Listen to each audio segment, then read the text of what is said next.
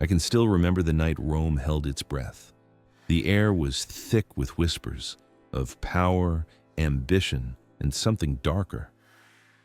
From the steps of the Forum to the marble halls of the Senate, everyone knew change was coming. But none of us, not even those closest to him, could have imagined how it would end. I was there when Julius Caesar, the man who had conquered Gaul, crossed the Rubicon and reshaped the Republic, was betrayed by the very men who once called him friend. And I can tell you this, it wasn't just Caesar who died that day. It was the old soul of Rome itself, the rise of a legend. When I first saw Caesar, he wasn't yet a god among men. He was a general, tall, composed, with eyes that seemed to see through marble and men alike. He spoke not like a soldier, but like a statesman, calm, persuasive, and impossible to ignore. I served as a clerk under his command in Gaul, and I saw firsthand how he inspired loyalty. His soldiers would follow him into the jaws of death, not because he ordered them, but because he made them believe they were part of something greater. He slept on the same ground we did, ate the same bread, fought beside us when the arrows flew, and when we won, as we always did, he made sure the world knew our names, not just his. But glory has a price. For every victory we brought home, Caesar's fame grew, and with it, the Senate's fear. The Rubicon, the point of no return. I remember the night before it happened. We were camped near the Rubicon River, the boundary that no Roman general was ever meant to cross with an army. Caesar sat alone by the water, the moon reflecting off his armor. He knew what stepping across that line meant: treason, civil war, blood. But in his eyes there was no hesitation. He whispered, "The die is cast." And with that, the greatest gamble in Roman history began. When our legion marched across the Rubicon, Rome trembled. Pompey, once Caesar's ally, fled with the Senate. Brother turned against brother, friend against friend. Streets ran red as Caesar's forces closed in. By the time we entered the city, Rome was silent. Caesar was no longer a general. He was a dictator, the most powerful man Rome had ever known, the man who became a god. At first, Caesar ruled with mercy. He spared his enemies, rebuilt the city, and passed reforms that gave the poor land and food. Rome flourished under his leadership. Roads, laws, temples, all reborn. But to the old guard of the Republic, the senators who had ruled through tradition and privilege, this mercy was more terrifying than cruelty. Caesar didn't need fear to rule. He had the people. Every speech he gave drew crowds that filled the Forum. When he walked the streets, men cheered and women threw garlands at his feet. Statues of him rose beside those of the gods. Some even began to whisper the unthinkable, that Caesar might crown himself king. Rome had overthrown its kings centuries ago. The word itself, rex, was poison. But Caesar's power was already absolute. And so, in the shadows of the Senate, whispers of conspiracy began to grow. The plot. It began with Brutus, a man I once admired. Noble, educated, the son of Caesar's old lover, and someone Caesar had treated like a son. Brutus loved Rome. But he loved the idea of Rome, the Republic, more than the man who had saved it. To him, Caesar's rise meant the Republic's death. Then there was Cassius, sharp-tongued and envious. He had fought beside Caesar but never forgave his fame. Cassius was the serpent whispering in Brutus's ear that killing Caesar would restore Rome's freedom. Night after night, senators met in secret chambers. They swore an oath to strike not just for themselves, but for the Republic. They called themselves the Liberators. But make no mistake, it wasn't liberty they wanted. It was power torn from the hands of the one man strong enough to wield it. The Ides of March. It was the 15th of March, 44 BC, the Ides of March. I remember that morning vividly. The skies were gray, and a chill ran through the city. Caesar's wife, Calpurnia, had begged him not to go to the Senate that day. She dreamt of his statue bleeding, of daggers glinting in the dark. Even Caesar seemed uneasy. A soothsayer had warned him weeks before, "Beware the Ides of March." But he laughed it off.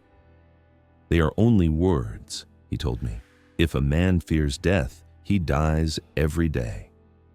And so, surrounded by senators and guards, he made his way to the theater of Pompey, where the Senate was meeting that day. I walked with him. The streets were quiet, too quiet. Every step echoed like a heartbeat. When we entered the Senate chamber, the air was thick with tension. Caesar took his seat. One senator approached him with a petition, another stepped closer, then another, and suddenly, the first dagger flashed. The assassination! Caesar rose, shock in his eyes. "What is this?" he cried as the blade struck his shoulder. Then came another, and another. I saw Cassius, face twisted with hatred, plunge his dagger deep. Blood splattered across the marble floor. Caesar stumbled backward, gasping. The senators surrounded him like wolves. And then Brutus stepped forward. For a moment, Caesar's face softened. He reached out, his voice breaking. "Et tu, Brute!" And with that, he stopped fighting. He pulled his toga over his face and fell beneath the statue of Pompey, the man he had once defeated. 23 stab wounds, the most powerful man in the world, the conqueror of Gaul, the master of Rome, lay dead at the feet of those he had trusted most. I remember standing frozen, the sound of his blood dripping onto the marble. The Senate chamber smelled of iron and fear. The liberators shouted, "Freedom! The Republic is restored." But outside those walls, the people did not cheer. The chaos that followed. Rome didn't rejoice. Rome wept. The city that had once celebrated Caesar's triumphs was now filled with cries of grief and rage. I saw women tearing their clothes, men smashing statues of the conspirators. Mark Antony, Caesar's loyal ally, gave the funeral speech that would turn the tide of history. He lifted Caesar's blood-soaked cloak before the crowd and cried, "This was the unkindest cut of all." The people rioted. They burned the homes of Brutus and Cassius. The Senate was thrown into chaos. The Republic the conspirators claimed to save was already dead. They just didn't know it yet. The rise of an empire. In the power vacuum that followed, new players emerged. Mark Antony, once Caesar's right hand, and a young man, quiet, sharp, and underestimated, Octavian, Caesar's adopted heir.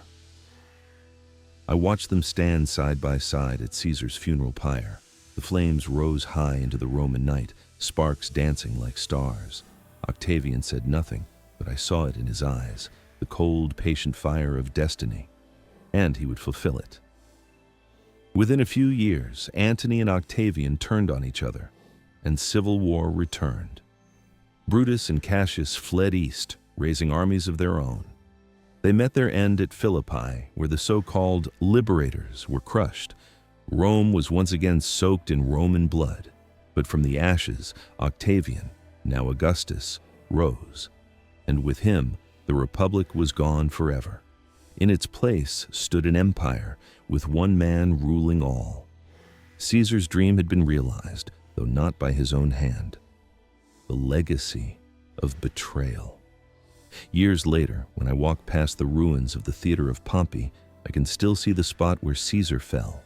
Flowers still appear there, left by those who whisper his name like a god's. And maybe that's what he became, not just a man, but a symbol. He was ambitious, yes, ruthless at times, but he gave Rome order, prosperity, and vision. The men who killed him thought they were saving freedom, but instead, they destroyed the very republic they claimed to defend. That's the cruelest truth of all. Caesar's death didn't save Rome.